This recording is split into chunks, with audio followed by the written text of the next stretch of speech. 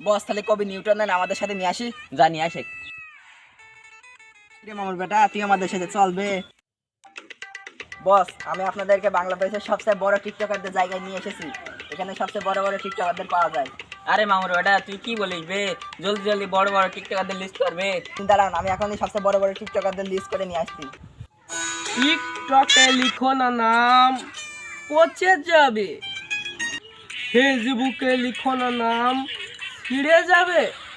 ইনস্টাগ্রামে লিখো না নাম,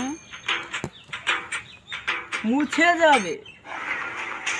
ইউটিউবে লিখো নাম, রয়ে যাবে।